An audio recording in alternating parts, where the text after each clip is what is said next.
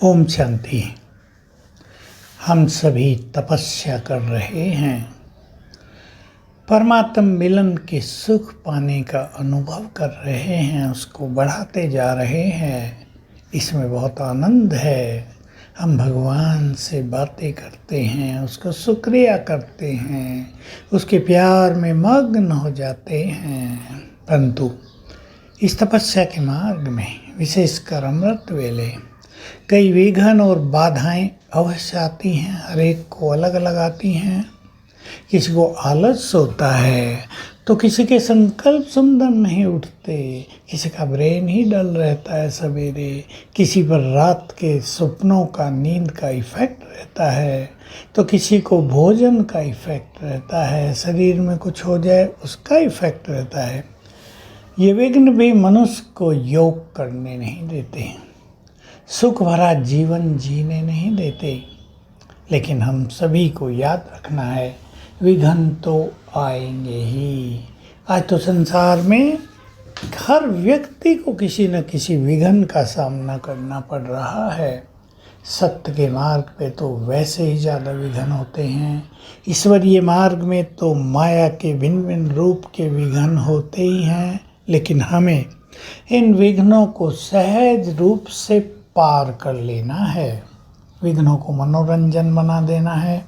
विघ्नों को आगे बढ़ने का साधन बना लेना है। विघ्न हमारे विवेक को भी जागृत करते हैं। इसलिए दो बातों का ध्यान रखेंगे। कुछ भी हो जाए, मुरली छोड़ेंगे नहीं। ईश्वरीय महावाक्य सुनने से विघ्न नष्ट हो जाते हैं और हमारी तपस्या में बहुत अच्छा बल मिल जाता है। दूसरा, अमृत वेले उठना। आपका योग नहीं भी लग रहा है तो अमृत वेले उठकर स्वमान लिख लो। कोई भी स्वमान का अभ्यास कर लो, 5 स्वरूपों को याद कर लो, बाबा से ऐसे ही बातें कर लो। उस टाइम एकाग्र होने की कोशिश नहीं करनी चाहिए, नहीं तो मन में युद्ध होता रहता है और फिर वैसे भी मज़ा नहीं आता। बातें करते रहो, बाबा को सामने रख लो, चित्र रख लो, बातें कर लो, बाबा के रूम में बैठ जाओ। जब तक पावरफुल योग हो, ये चीज़ें भी हमें बहुत मदद करती हैं।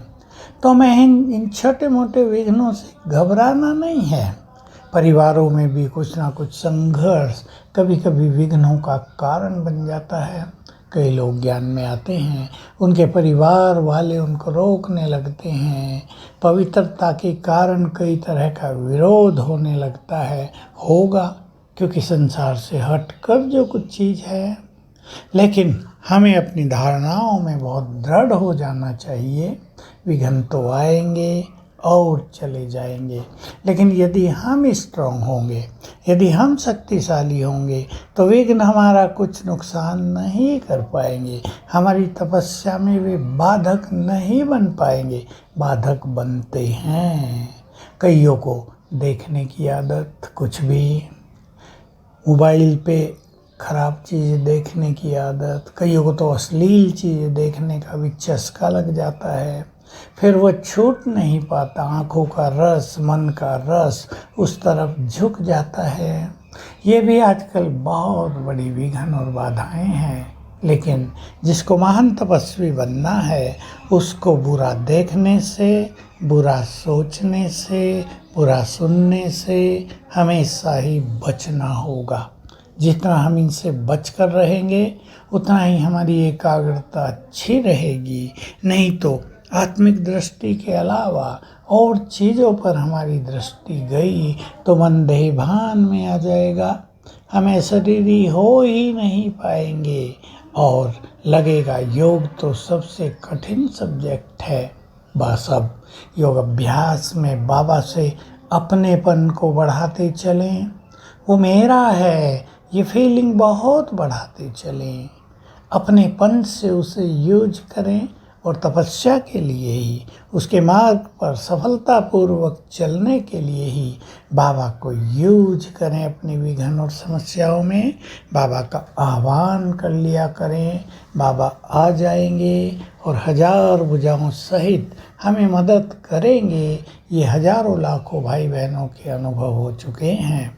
तो बाबा को बुलाएं, बुलाना भी योग हो जाएगा। उनसे बात करें और जीवन को निर्विघ्न बनाकर विजयी रतन बनकर श्रेष्ठ योगी बन जाएं। ओम शांति।